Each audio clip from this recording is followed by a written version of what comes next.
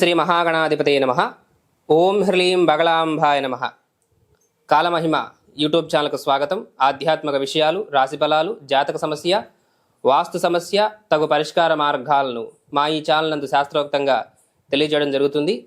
ఇక ఈరోజు నేను తెలియచేయాలనుకున్న అంశము శ్రీ క్రోధినామ సంవత్సర ఉగాది వార్షిక ఫలితాలు, నవనాయకుల ఫలితము, అలాగే ఈ యొక్క ద్వాదశ రాశుల వారికి, ఈ 12 రాశుల వారికి అనుకూల గ్రహాలేమిటి, ప్రతికూల గ్రహాలేమిటి, ప్రధానంగా ఏ గ్రహాలు సంవత్సర ఫలితాల్లో మనపై దృష్టి సాధిస్తాయి, అనుకూలంగా లేనటువంటి గ్రహాలకు ఎటువంటి దేవతా ఆరాధన, ఎటువంటి జప నియమ నిబంధనలను పాటించాల్సిన అవసరం ఉన్నది, అలాగే రాజ్యపూజ్య అవమానాలేమిటి, ఆదాయ వ్యయాలేమిటి, దాంతోపాటుగా ఎటువంటి విషయాలు ఏ రాశి వారికి అనుకూలంగా ఉన్నాయి, ఏ రాశి వారికి ప్రతికూలంగా ఉన్నాయి, ఈ విషయాలన్నింటినీ కూడా ఈ వీడియోలో నేను సమగ్రంగా తెలియచేస్తాను. కుంభరాశి వారి ఫలితాలను కనుక మనం పరిశీలన చేసినట్లయితే, ఈ యొక్క కుంభరాశి వారికి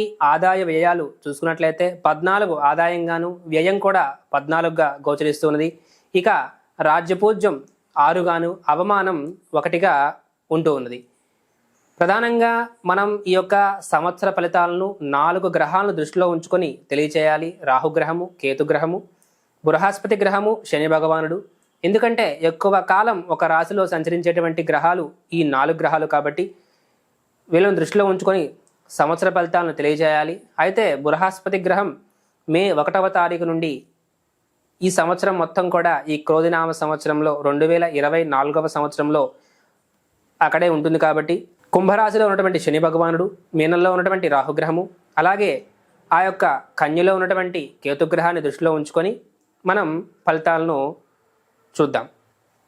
అయితే ఈ బృహస్పతి గ్రహము అక్టోబర్ నుండి జనవరి వరకు వక్రించేటువంటి సందర్భం ఉంటుంది కాబట్టి ఈ యొక్క కుంభరాశి వారికి ఆ సమయంలో కొంత ఇబ్బందికర పరిస్థితులు ఉంటాయి కాబట్టి ఎటువంటి ఇబ్బందులు ఉంటాయి అనేటువంటి విషయాన్ని మరొక వీడియోలో అప్పుడు మేము తెలియజేసేటువంటి ప్రయత్నం చేస్తాము.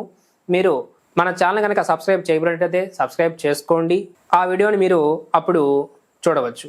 అయితే 1వ స్థానంలో మీ రాశిలోనే శని భగవానుడు, మీ యొక్క 2వ స్థానంలో రాహుగ్రహము, మీ యొక్క 8వ స్థానంలో కేతుగ్రహము, మీ యొక్క 4వ స్థానంలో బృహస్పతి గ్రహ సంచారం ఈ కుంభరాశి వారికి ఉంటూ ఉన్నది. ఈ కుంభరాశి వారికి కొంత ఇబ్బందికర పరిస్థితులే గోచరిస్తూ ఉన్నాయి.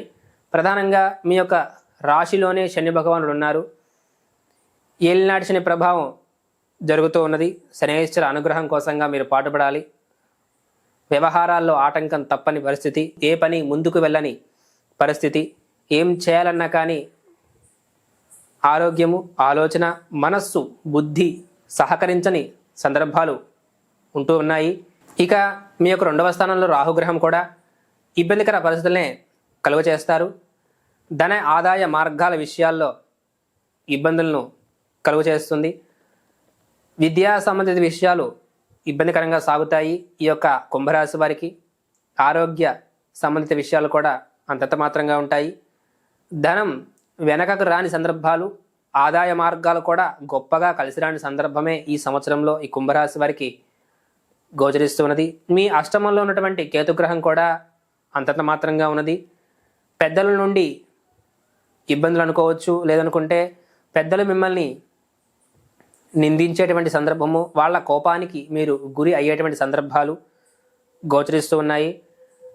మీ యొక్క ఆలోచన తప్పుగా వెళ్ళేటువంటి సందర్భాలు, రాంగ్ ఇన్వెస్ట్మెంట్ అనుకోవచ్చు. మీ యొక్క ప్రవర్తన తప్పుగా వెళ్ళేటువంటి సందర్భం ఉంటుంది. జాగ్రత్త వహించండి. అలా తప్పుడు మార్గాల్లో మీ యొక్క ఆలోచన, బుద్ధి ప్రయాణం చేయకుండా జాగ్రత్తగా ఉండాల్సిన సందర్భాలు కుంభరాశి వారికి ఉన్నాయి. వాహన మూలక సౌఖ్యము, లేదనుకుంటే కుటుంబ సంబంధిత వితిన్ ఫ్యామిలీ అంటే భార్య, భర్త, పిల్లల మధ్య చిన్నపాటి ఘర్షణ వాతావరణం ఉంటుంది. సమాజంలో కొంత శుభ పరిణామాలు ఈ యొక్క కుంభరాశి వారికి ఈ సంవత్సరంలో గోచరిస్తూ ఉన్నాయి. మీరు కుటుంబంలో సమస్య పడుతున్నప్పటికీ కూడా బంధువర్గంలో మాత్రం కొంత మంచి పేరును తెచ్చుకుంటారు అని తెలియచేయవచ్చు. కుంభరాశి వారు ఎప్పటి నుండో ఆగిపోయినా నిలిచిపోయినా గృహ సంబంధిత, భూమి ల్యాండ్ సంబంధిత, ఏదైనా ఒక కన్స్ట్రక్షన్ సంబంధిత, వెహికల్ వాహన సంబంధిత సమస్య ఉందో ఆ సమస్య నుంచి బయటపడేటువంటి సందర్భం గోచరిస్తున్నది. అది కోర్టు కేసు రూపంలో మీకు న్యాయం జరిగేటువంటి సందర్భం అనుకోవచ్చు.